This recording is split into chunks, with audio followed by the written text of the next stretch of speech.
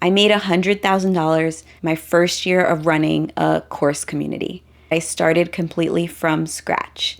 I had maybe 50 email subscribers. I had no audience on social media, and I did not run any ads. If you have an idea for any kind of online business, the ones that I'm most familiar with are memberships, online courses, or group coaching programs. I'm going to share some of the principles that you can apply to jump right from where you are now to making money from the business that you want to build, instead of having this intermediate step of becoming famous on TikTok before you make money online. The first one is to start one-on-one. So most people, when they want to build a business that's an online business, they're thinking about, how do I not trade my time for money? Which is valid, but I recommend that if you are going to start some kind of course business or a community or anything where you're asking people to pay you for access, the sooner you can get someone to pay you money for something related to the thing that you ultimately want to build, the more data you're gathering, and that's how you're able to build your frameworks if you want to build a course, to find your first few community members, to understand the types of people who are a pain in the ass and you never want to work with again, and the type of people who you want to work with all the time. There's all this data that you pick up by working with people one-on-one. And it's also important when you're starting from scratch to have at least a handful of people who trust you and trust your work and can vouch for you as you kind of expand and invite more people to work with you in other capacities. So for me, starting one-on-one was really important. The reason I knew that my course and the community were going to be successful is because I had already built a consulting business. I was already helping people one-on-one with the problems that I was eventually going to build a course around and a community around. So that gave me both the confidence to know that I could offer something that could actually help people, and also the first few people who knew my work and could say nice things about me on the internet. And it brings me to the next one, which is to talk to people. I think part of the reason why people end up building these big audiences on social media is to delay actually having a conversation with someone who you might ask for money in exchange for some kind of service. It's awkward to sell things. It's awkward to offer your services to people. And the way you get over that awkwardness is by having a lot of conversations about what you're trying to build. Now, ideally, you are looking for people who are going to be the best fit community members, course students, group coaching clients. You're looking for the ideal people that you think you eventually want to work with. And you're interviewing them about what their problems are, what they're thinking about, the ideas that they have for you. And you're just building a relationship with a group of people who might buy from you down the line, or might just give you important information that you need to build whatever it is that you're building. And if you're starting with no audience, you can ask people to connect you to these people. What I did is I went to a lot of community events where people who I thought might be interested in my course down the line would be hanging out. And I built relationships with those people. I would DM people on Twitter or on Instagram and ask if they had 20 minutes to get on a Zoom with me and thank them for their time, maybe help them with a couple things that they were thinking about. So it was all about building relationships. And this does not have to be 100 calls with people. It doesn't have to start at like a crazy goal. It can be like a goal of every day of the week, I'm going to try to connect with someone and learn something new about the type of people that I want to build this for. And over time, by the time you have your thing that you're launching, you will have built a bunch of small one-on-one relationships that you can then have new conversations with, which potentially turns them into your first customers.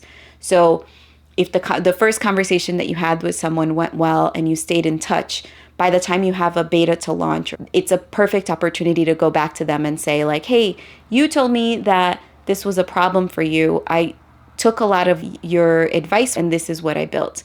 And that is a much more natural way for most of us to sell the thing that we're building. And ideally, if we're doing this process consistently and really not as like a tactic, but as a way to really build relationship, then by the time you're launching something, even if the people who you're talking to aren't the people who are going to be the right customers for you, they're going to be happy to promote you or recommend you to the people who will become your first customers. So I highly recommend finding ways to talk to a lot of people who are potential customers, especially at the early stages, and especially if you don't already have an audience. If you do have an audience, by the way, those can be the people that you talk to. You kind of have a shortcut. It's a little easier for you to find the people who might be interested in what you're building. So I mentioned a beta, and starting with a beta is the next one. A lot of people who I talk to who haven't yet launched their first thing, the number one thing I hear from a lot of them is a lot of perfectionism and a lot of fear around launching their first thing and putting themselves out there and recording and all of those different things that are really hard to get over. I find that taking the pressure off of yourself by naming your first launch as a beta or a pilot program or a test cohort or something like that, it really, like, first and foremost, really helps you kind of get out of your head and just kind of do it. The first time that I built a course, I had 10 seats available and I sold all of them before I had recorded any videos or done anything. I had an outline for what I was going to talk about, and I decided to just teach it live during 6 different weeks. And it was hard for me. I am also a perfectionist. And I felt like, people are paying for this, and I'm not sure exactly what I'm going to talk about in week 4. But there are a lot of reasons why people want to join something at a beta stage. They want to support you. They potentially want more time with you, more of your attention. A lot of betas are cheaper than whatever they're going to cost later on. And it's a way for you to find the people who are okay with things not being totally perfect and kind of get over your fear of just putting something out there because you've named it as something that is not totally perfect and is not going to be like totally polished and things might break. But it is going to teach you a lot about whatever it is that you're building. And it's also going to bring some of your first people along. So I highly recommend naming your first version of whatever it is you're building as a beta. The next one is to start with partnerships.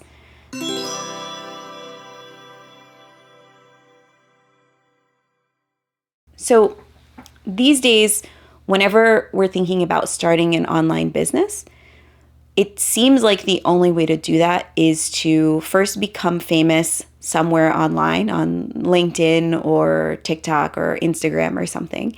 And then step 2, find a way to monetize that audience. The reason we all default to one of those platforms and like growing a big audience in one of those platforms is because that is what is visible to us. So we assume that's what everyone with a successful online business is doing to get clients, get customers, get members for their community.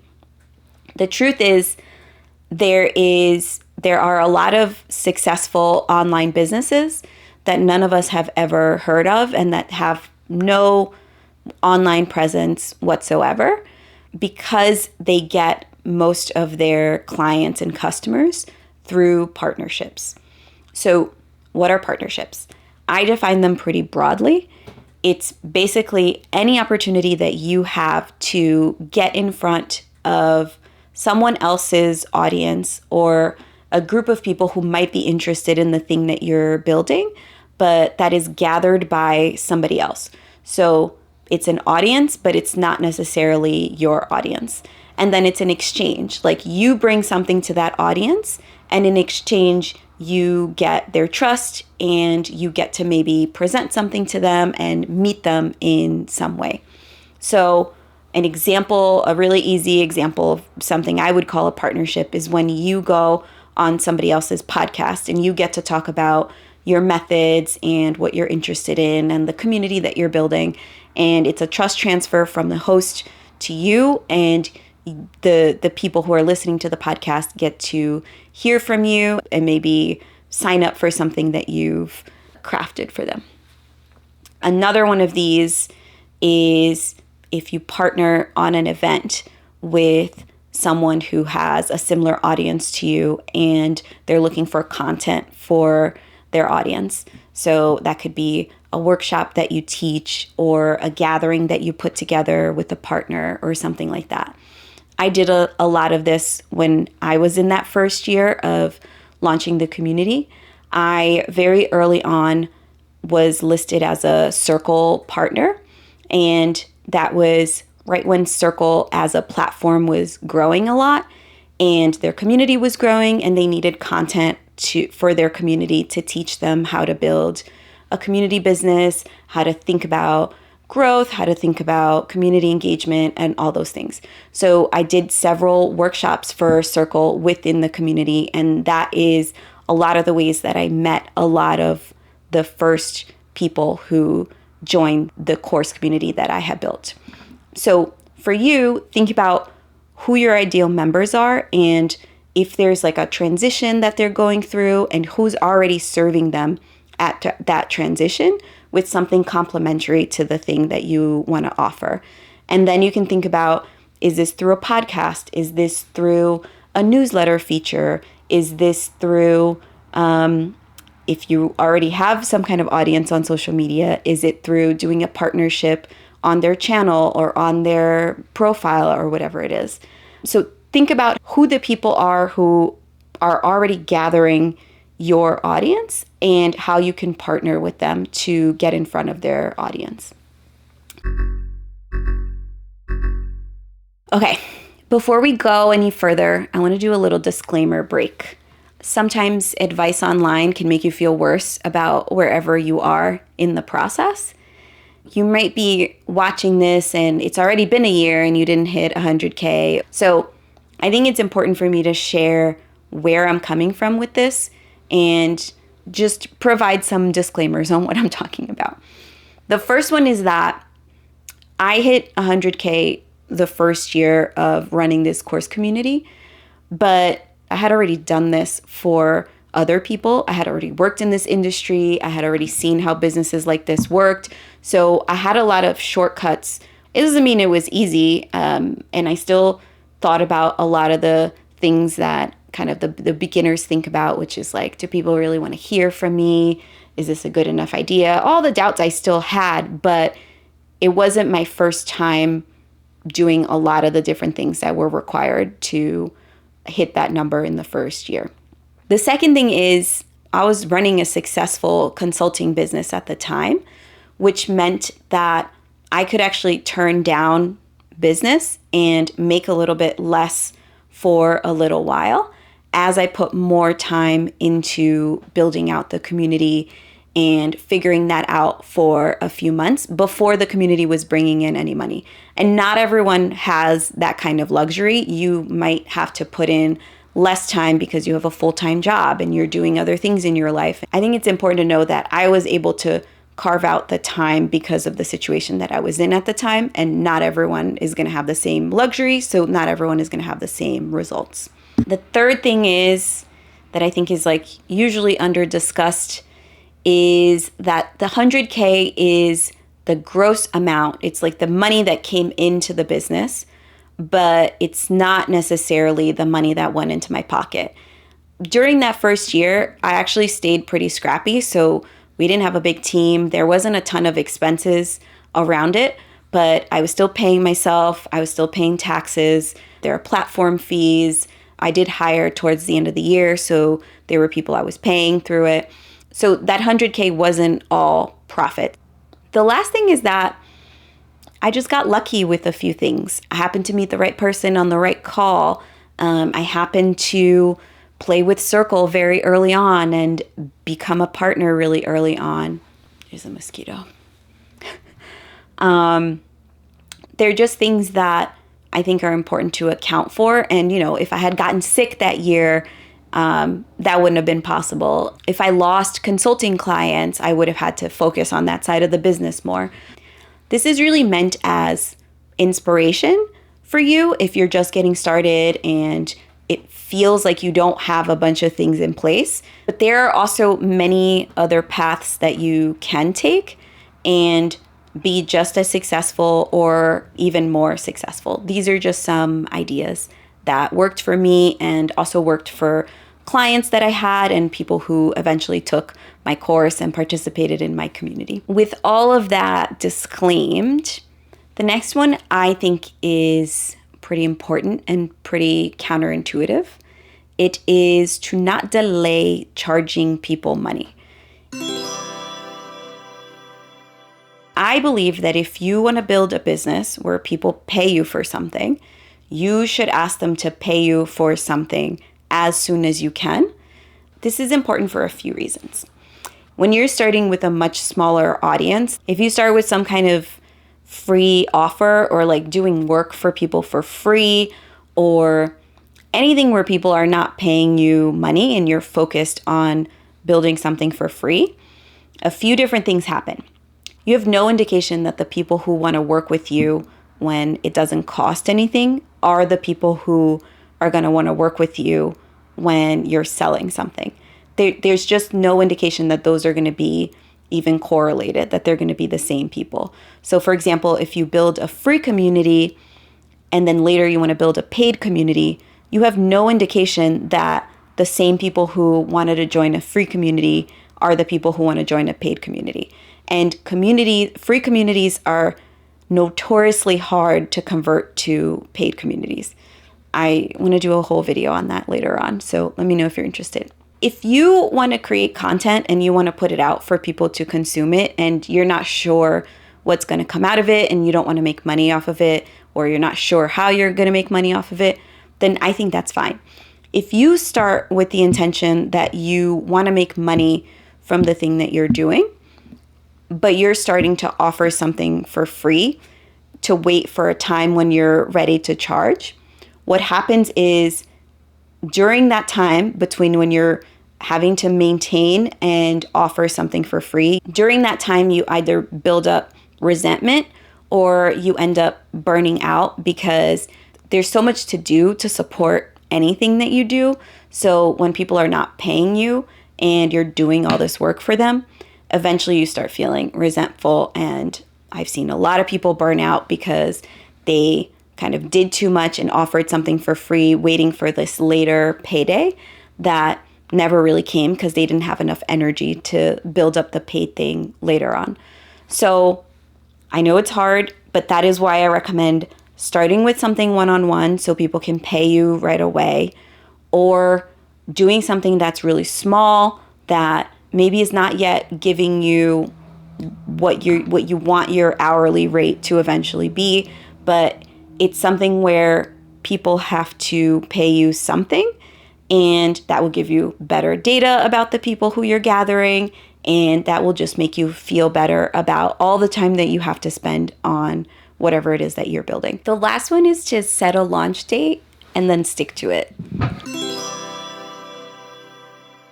I have worked with a lot of clients and talked to a lot of people who didn't end up becoming clients, and people who've taken my course, and I meet a lot of people who want to start a community or who want to launch something or other.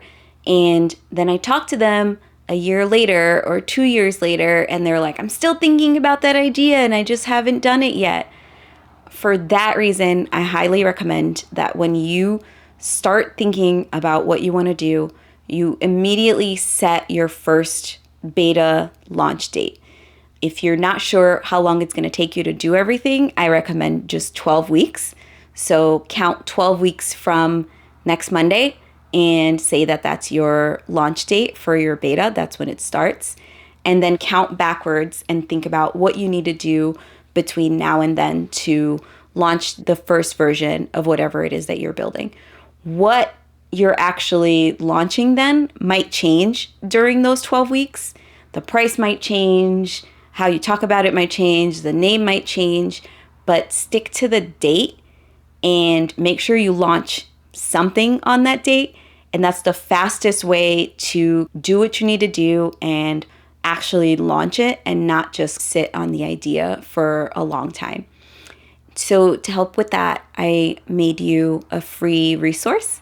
It's a worksheet that you can use to plan your next 12 weeks or however long it takes between now and the date that you set for your first launch. And it's really like a step-by-step, week-by-week breakdown of all that you need to do before launching your first community business.